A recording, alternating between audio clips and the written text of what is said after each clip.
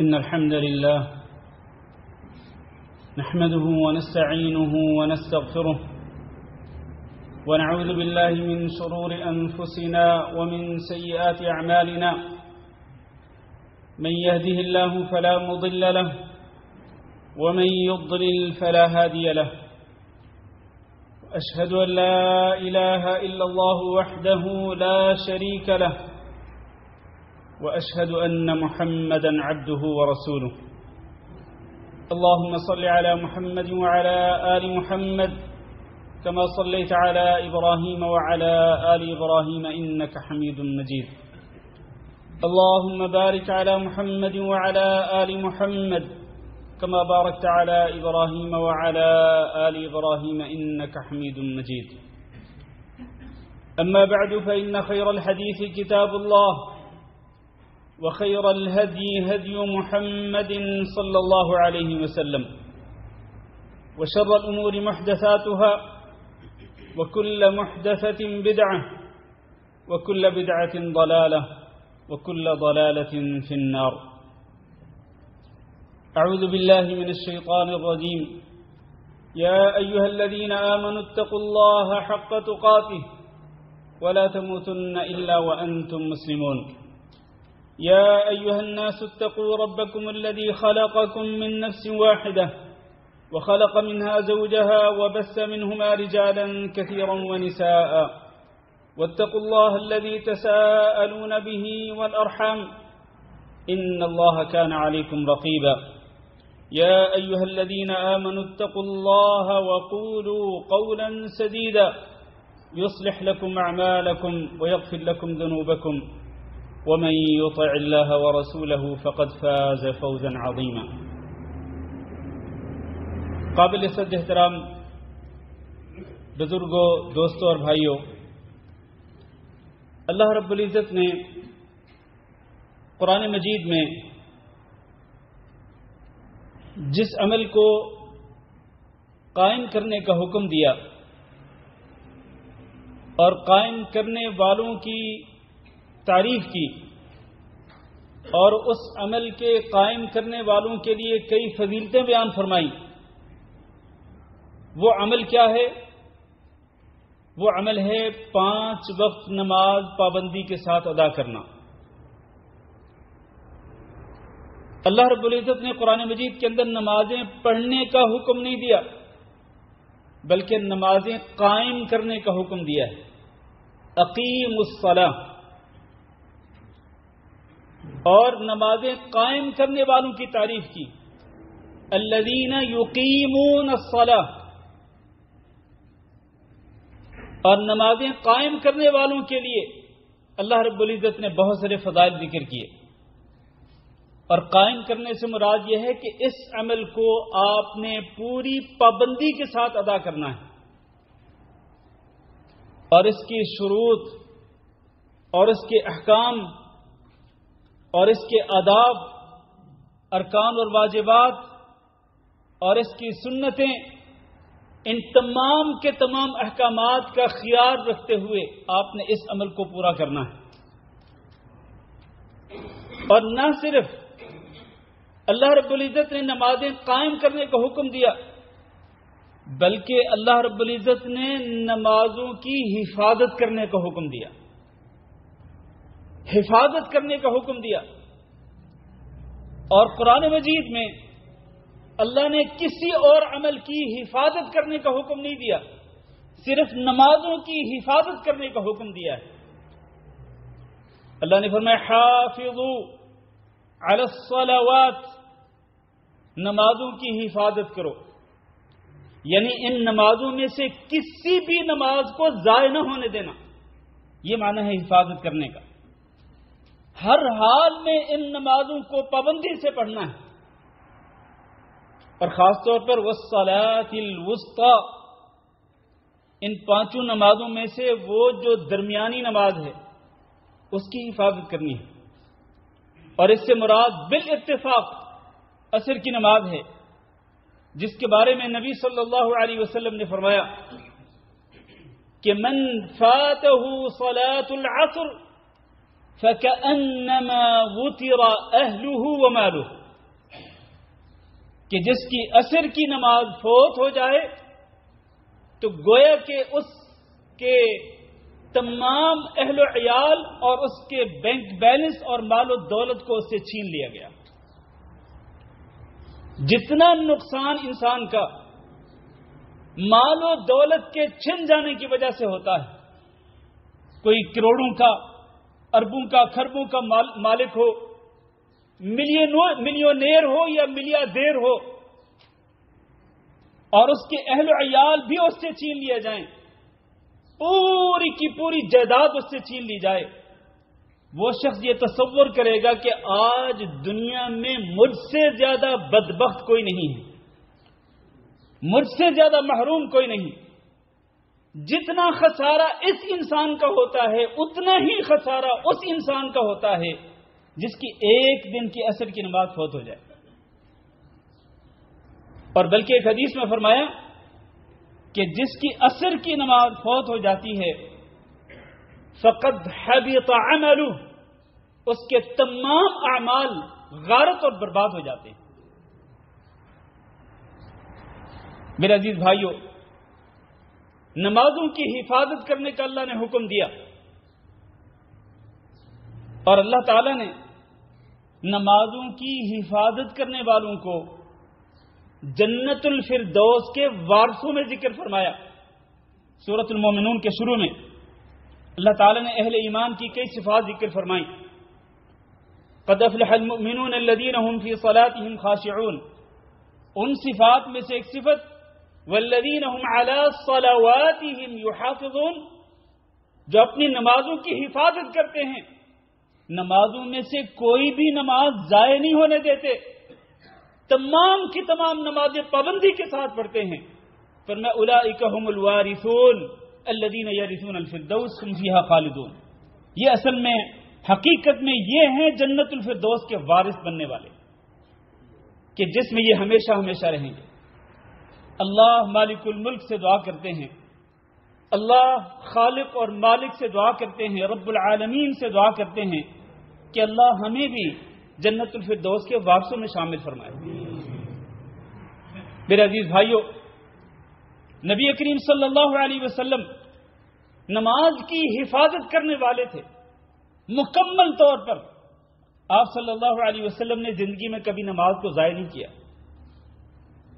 اور حتیٰ کہ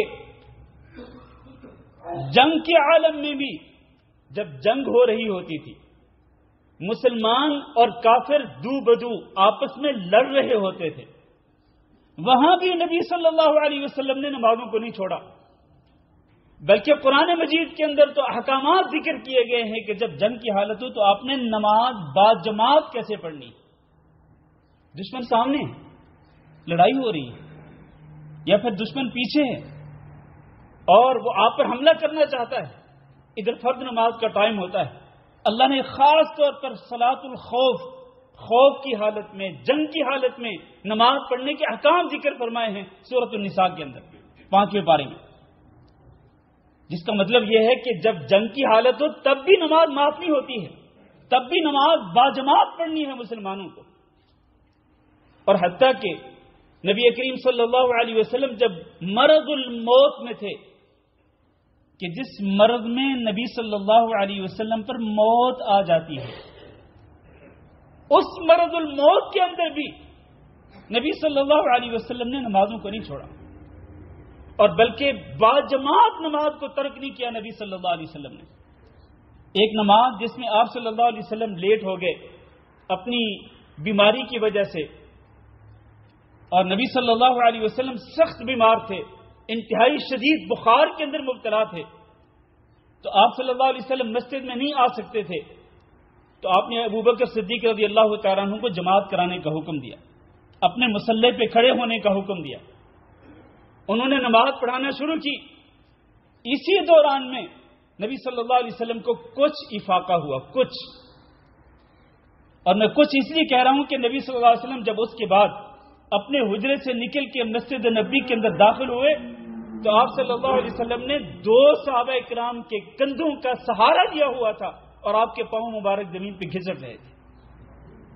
اس حالت میں بھی نبی صلی اللہ علیہ وسلم نے باجماعت نماز کو ترک نہیں کیا۔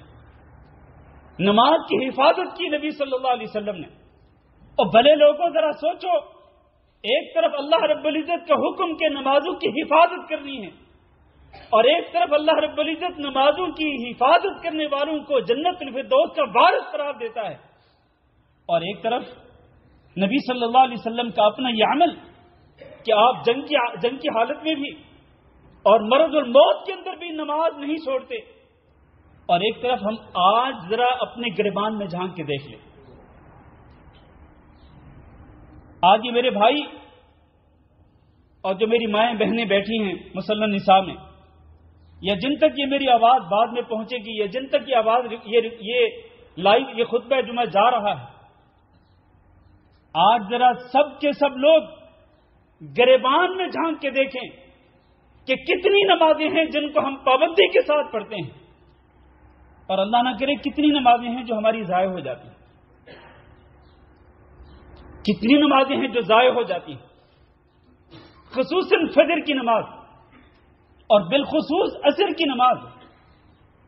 کتنی نمازوں کو چھوڑا ہم نے، کتنی نمازوں میں ہم لاپرواہی کرتے ہیں.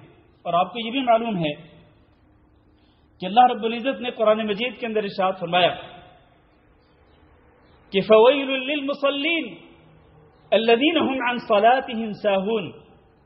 ان نماز پڑھنے والوں کے لیے ہلاکت اور بربادی ہے. کن کے لیے؟ بے نمازوں کے لیے نہیں. یہاں بات ہو رہی نماز پڑھنے والوں کے لیے، مصلین کی بات ہو رہی ہے. اس پہ ذرا غور کیجئے گا، مصلین کے لیے ہلاکت اور بربادی کیوں ہے؟ اللہ نے فرمایا الذین هم عن صلاتهم ساہون، جو اپنی نمازوں سے غافل رہتے ہیں. کوئی نماز دل کیا تو پڑھ لی اور دل نہیں کیا تو چھوڑ دی. ڈیوٹی پہ ہیں، کوئی بات نہیں، گھر میں جا کے پڑھ لیں گے. فجر کے بعد سوئے ہوئے ہیں، کوئی پرواہ نہیں ہے، جب ڈیوٹی کے ٹائم اٹھیں گے تب پڑھ لیں گے. جبکہ اللہ تعالیٰ کا فرمان ہے ان الصلاۃ کانت علی المؤمنین کتابا موقوتا، کہ یہ نماز مومنوں پر مقررہ اوقات کے اندر فرض کی گئی ہے.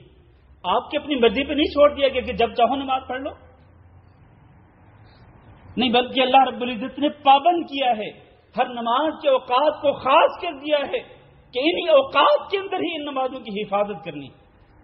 تو وہ لوگ جو نماز اپنی مرضی کے مطابق پڑھتے ہیں، پڑھ لی چھوڑ دی، یا پڑھ لی اور وقت پہ پڑھی بے وقت پڑھی، کوئی پرواہ نہیں، ایسے ہی نمازیوں کے لیے اللہ نے فرمایا کہ ان کے لیے ہلاکت اور بربادی. تو کیا فائدہ ہوا؟ نماز پڑھ کے بھی اگر ہلاکت اور بربادی لینی ہے تو پھر کیا فائدہ ہوا؟ تو نمازوں کی حفاظت کیا کرو بھلے لوگوں. اللہ رب العزت نے سورۃ مریم کے اندر، ذرا بات توجہ سے سنیے گا، سورۃ مریم کے اندر اللہ رب العزت نے متعدد انبیاء کا ذکر فرمایا. حضرت عیسیٰ علیہ السلام کا پورا واقعہ، پھر حضرت ابراہیم علیہ السلام، حضرت موسیٰ اور حضرت ہارون علیہ السلام، پھر حضرت اسماعیل علیہ السلام، حضرت ادریس علیہ السلام. متعدد انبیاء کا ذکر کرنے کے بعد فرمایا کہ ان انبیاء کے بعد ایسے نہ خلف، ایسے نہ اہل اور نہ لائق لوگ آئے کہ خلف من بعدہم خلف اضاعوا الصلاۃ، ایسے نالائق لوگ آئے کہ جنہوں نے نمازوں کو ضائع کر دیا. واتبعوا الشہوات، اور شہوات کے پیچھے پڑ گئے. اور آج شہوات کے پیچھے پڑ کر ہی ہم نمازوں کو ضائع کرتے ہیں. ایسے بدبخت لوگوں کے بارے میں فرمایا کہ فسوف یلقون غیا، کہ ان قریب ان کو غی کے اندر ڈالا جائے گا. عبداللہ بن مسعود رضی اللہ تعالیٰ عنہ کہتے ہیں کہ الغی نہر فی جہنم، کہ غی اصل میں جہنم کے اندر ایک دریا کا نام ہے. وہ دریا ایسا ہے کہ جس کا ذائقہ بہت ہی گندا ہوگا اور اس کی گہرائی بہت ہی زیادہ ہوگی. گندے ذائقے والے دریا کے اندر، اور بہت ہی گہرا دریا جو ہے اس کے اندر، وہ کہاں ہوگا؟ جہنم کی آگ کے اندر. اس کے اندر پھینکا جائے گا کن لوگوں کو؟ جنہوں نے نمازوں کو ضائع کر دی اور شہوات کے پیچھے پڑے گئے. میرے عزیز بھائیوں، نمازوں کی پابندی کرو. نمازوں کی اہمیت کا اندازہ اس بات سے کر سکتے ہیں کہ اہل علم نمازوں کو ام العبادات قرار دیتے ہیں. کیا کہتے ہیں؟ ام العبادات، ساری کی ساری عبادتوں کی ماں. وہ کیا ہے؟ وہ نماز. اور افضل الطاعات، اور جتنی عبادات ہیں کلمہ شہادت کے بعد سب سے زیادہ فضیلت والا جو عمل ہے وہ کیا ہے؟ وہ نماز ہے. سب سے اہم عمل بھی نماز اور سب سے زیادہ فضیلت والا عمل بھی نماز.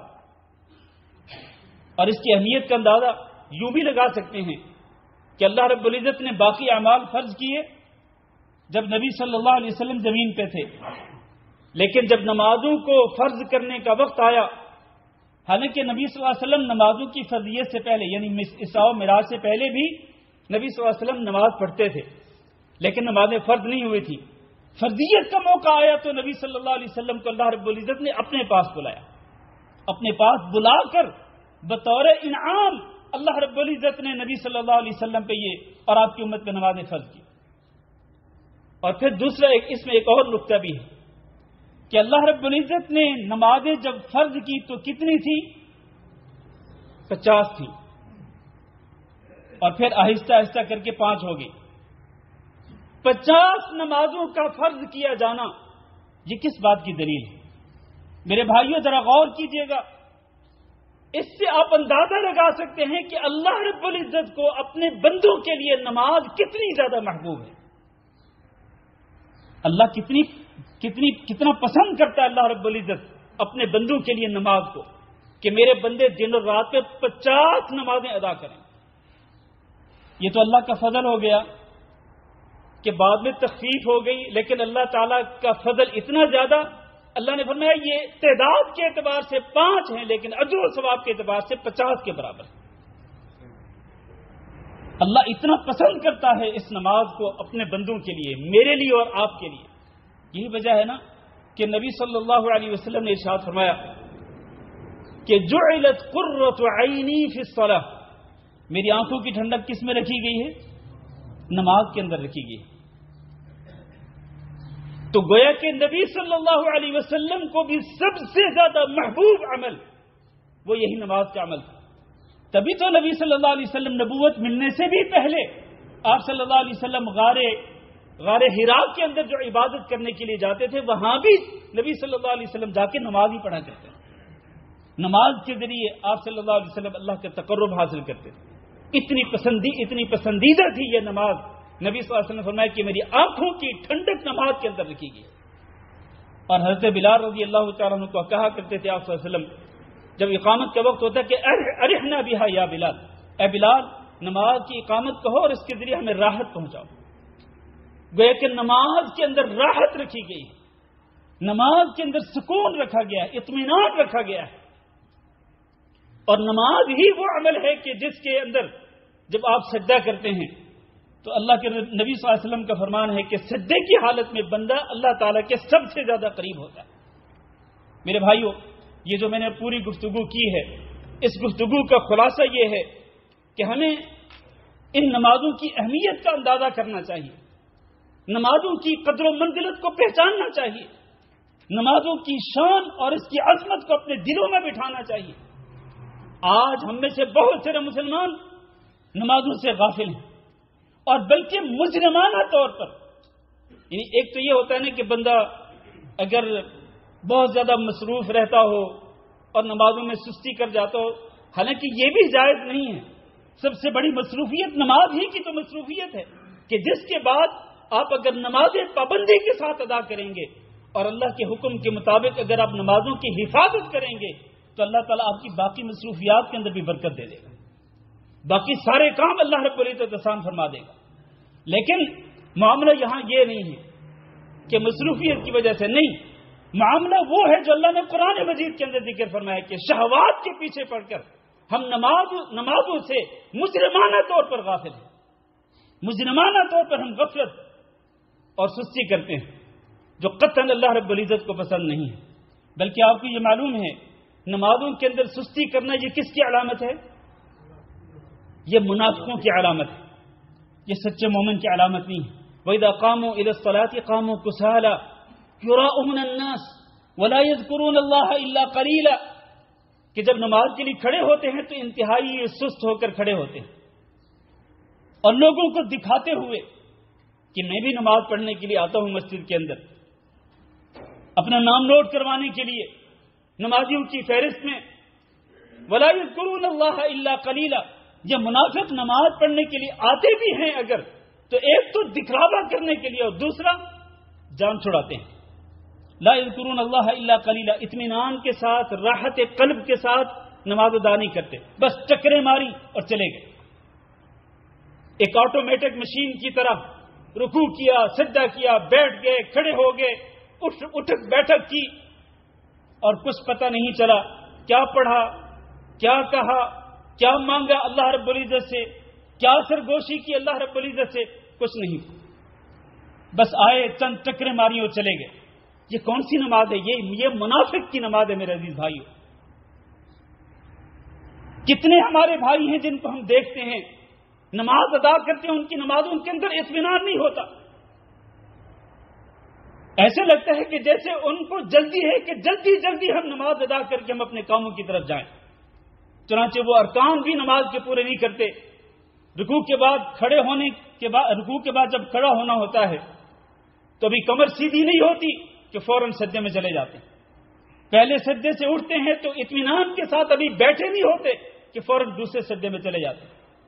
یہ بندہ یقین کر لے کہ اس کی نماز نہیں ہوئی ہے. وہ بندہ جو نبی صلی اللہ علیہ وسلم کے سامنے جس نے 3 مرتبہ نماز ادا کی تھی، آپ نے کیا فرمایا تھا؟ ارجع فصلی فإنک لم تصلی، لوٹ جاؤ نماز دوبارہ پڑھو اس لیے کہ تم نے نماز پڑھی ہی نہیں. اس کا مطلب یہ ہے کہ اگر آپ جلد بازی کریں گے، نماز کے ارکان پورے نہیں کریں گے تو وہ ایسے ہی ہے جیسے کہ آپ نے نماز پڑھی ہی نہیں. پھر کیوں ٹکرے مارنے آتے ہیں آپ؟ ایسی نماز جو انسان کے سر سے اوپر جاتی ہی نہیں اور بلکہ الٹا انسان کے منہ پہ مار دی جاتی ہے. کیا فائدہ اس نماز پڑھنے کا؟ اور اللہ کے بندوں ڈرو اللہ رب العزت سے. ایک تو اللہ کے اس حکم کی پابندی کرو، نمازوں کی حفاظت کرو اور نمازوں کو ضائع نہ کرو.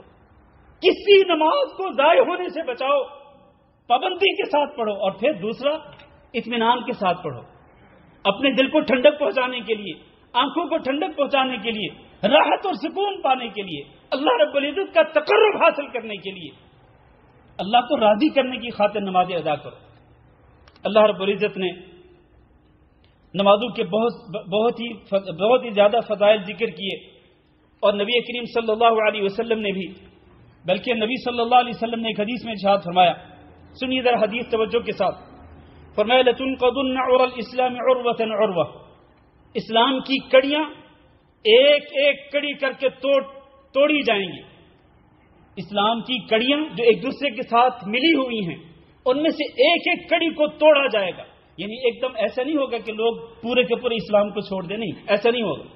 ایک ایک کڑی کو، جیسے کہ زنجیر کے اندر وہ جو چیزیں ہوتی ہیں وہ آپس میں ایک دوسرے کے ساتھ جڑی ہوئی ہوتی ہیں، تو لوگ کیا کریں گے؟ ایک ایک کڑی کو توڑیں گے. ایک کڑی کو توڑیں گے تو دوسری کو پکڑ لیں گے، دوسری کو توڑیں گے تو تیسری کو پکڑ لیں گے. اللہ کے نبی صلی اللہ علیہ وسلم نے فرمایا اسلام کی ان کڑیوں میں سے پہلی کڑی جس کو توڑا جائے گا وہ ہے اللہ رب العزت کی شریعت کے مطابق فیصلے کرنا، اس کو چھوڑ دیا جائے گا. اور ان میں جو سب سے آخری کڑی ہے جس کو توڑا جائے گا وہ نماز ہے، کہ جب نماز والی کڑی کو توڑ دیا جائے گا تو اس کے بعد اسلام باقی نہیں رہے گا. پھر گویا کہ اسلام پورے کا پورا ختم ہو جائے گا. اس لیے میرے بھائیو اللہ سے ڈرو اور اسلام کے اس فریضے کو پابندی سے ادا کرو جو اسلام کا ایک ستون ہے، کہ یہ ستون باقی ہوگا تو دین اسلام کی عمارت باقی رہے گی. لیکن اگر یہ ستون ہی گر جائے گا تو دین اسلام کی عمارت باقی نہیں رہے گی. اس لیے ہمیں ان نمازوں کی اہمیت کو سمجھنا ہے. شہادتین کے بعد اشہد ان لا الہ الا اللہ و اشہد ان محمدا عبدہ و رسولہ، اس کے بعد اگر سب سے زیادہ اہمیت اور فضیلت ہے تو وہ نمازوں کی ہے. اللہ تعالیٰ سے دعا کرتے ہیں کہ اللہ ہم سب کو یہ نمازیں پابندی کے ساتھ پڑھنے کی توفیق دے. اللہ ہمیں ان نمازوں کے ذریعے اپنا تقرب حاصل کرنے کی توفیق دے. اور قیامت کے دن جب سب سے پہلے حساب بھی اسی نماز کا ہونا ہے، سب سے پہلا حساب اسی نماز کا ہونا ہے. اللہ کے نبی نے فرمایا اگر نماز میں انسان کامیاب ہو گیا تو باقی اعمال کے حساب میں بھی کامیاب ہو جائے گا، اور اگر نماز کے حساب میں یہ ناکام ٹھہرا تو پھر باقی اعمال کے اندر بھی یہ ناکام ہی ٹھہرے گا، کامیاب نہیں ہوگا. اللہ سے دعا کرتے ہیں کہ اللہ ہم سب کو اس امتحان میں پاس کر دے. دنیا کے اندر اللہ رب العزت نمازوں کا پابند بنا دے, ہمیں بھی ہمارے اہل و عیال کو بھی, اور قبر کے اندر ان نمازوں کو ہماری قبروں کی روشنی کا ذریعہ بنا دے, اور قیامت کے دن بھی اللہ رب العزت اس نماز کو ہمارے لیے ذریعہ نجات بنائے. استغفر اللہ لی ولکم ولسائر المسلمین فاستغفروہ انہ هو الغفور الرحیم.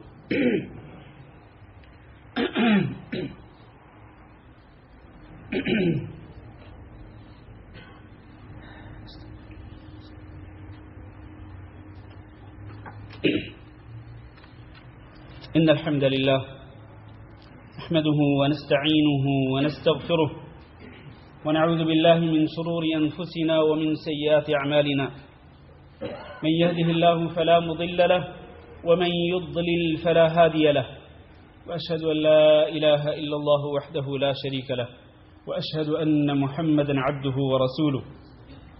اللهم صل على محمد وعلى آل محمد كما صليت على إبراهيم وعلى آل إبراهيم إنك حميد مجيد. اللهم بارك على محمد وعلى آل محمد كما باركت على إبراهيم وعلى آل إبراهيم إنك حميد مجيد. أما بعد، عزیز القدر بھائیو اور دوستو، اللہ رب العزت نے پیارے نبی جناب محمد صلی اللہ علیہ وسلم کو سورۃ طٰہٰ کے آخر میں حکم دیا کہ وَأْمُرْ أَهْلَكَ بِالصَّلَاةِ وَاصْطَبِرْ عَلَيْهَا، کہ آپ اپنے گھر والوں کو بھی نماز کا حکم دیں، گھر والوں کو بھی نماز کا حکم دیں. یہ میری اور آپ کی ذمہ داری ہے. کلکم راع وکلکم مسئول عن رعیتہ، تم میں سے ہر شخص ذمہ دار ہے اور ہر شخص سے اس کی ذمہ داری کے بارے میں قیامت کے دن پوچھا جائے گا. آپ کے گھر والے جب دنیا کے اندر نماز نہیں پڑھتے تھے تو آپ نے اپنے گھر والوں کو نماز پڑھنے کا حکم دیا تھا کہ نہیں دیا تھا؟ اس کے بارے میں مجھ سے اور آپ سے قیامت کے دن سوال کیا جائے گا. تو اللہ کے نبی صلی اللہ علیہ وسلم کو حکم دیا جا رہا ہے کہ وَأْمُرْ أَهْلَكَ بِالصَّلَاةِ، کہ آپ اپنے گھر والوں کو نماز کا حکم دیں. وَاصْطَبِرْ عَلَيْهَا، اور خود بھی نماز پر صبر کیجئے، یعنی نماز پابندی کے ساتھ پڑھتے رہیے، خود بھی نماز پابندی کے ساتھ پڑھتے رہیں اور اس میں کبھی سستی اور غفلت نہ کریں. اور نبی کریم صلی اللہ علیہ وسلم نے حکم دیا کہ مروا ابناءکم بالصلاۃ وهم ابناء سبع، کہ آپ اپنے بچوں کو نماز پڑھنے کا حکم دیں جب وہ 7 سال کے ہو جائیں، اور جب وہ 10 سال کے ہو جائیں اور نماز نہ پڑھیں تو آپ ان کو سزا بھی دے سکتے ہیں.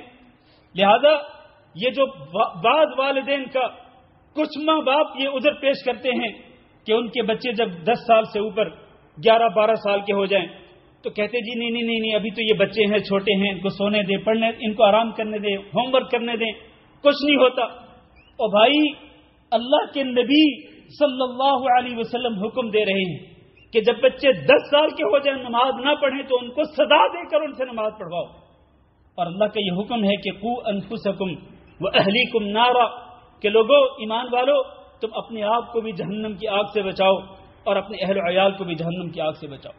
کیا آپ پسند کریں گے، کیا میرا کوئی بھائی یا میری کوئی ماں میری کوئی بہن اس بات کو پسند کرے گی کہ وہ خود تو جنت میں جائے اور اس کے بچوں میں سے کوئی جہنم میں چلا جائے؟ والعیاذ باللہ. اس لیے اللہ نے حکم دیا کہ خود اپنے آپ کو بھی جہنم سے بچاؤ اور اپنے اہل و عیال کو بھی جہنم سے بچاؤ. یہ حکم ہے اللہ رب العزت کا میرے لیے بھی اور آپ کے لیے بھی.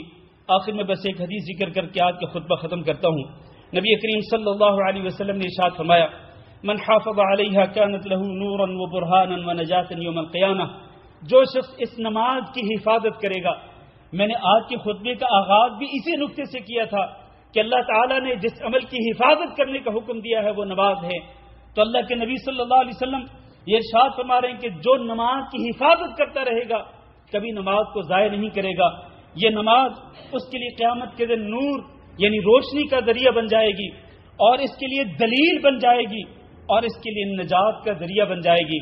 لیکن وَمَن لَّمْ يُحَافِظْ عَلَيْهَا، جو اس نماز کی حفاظت نہیں کرے گا، لَمْ يَكُن لَّهُ نُورٌ وَلَا بُرْهَانٌ وَلَا نَجَاتٌ، تو یہ نماز نہ تو اس کے لیے نور بنے گی، نہ دلیل بنے گی، نہ نجات کا ذریعہ بنے گی. حفاظت نہیں کی. حفاظت نہ کرنے کا کیا مطلب ہے کہ کبھی پڑھ لی کبھی نہیں پڑھی، کبھی وقت پہ پڑھی کبھی بے وقت پڑھ لی. جو حفاظت نہیں کرتا نماز کی،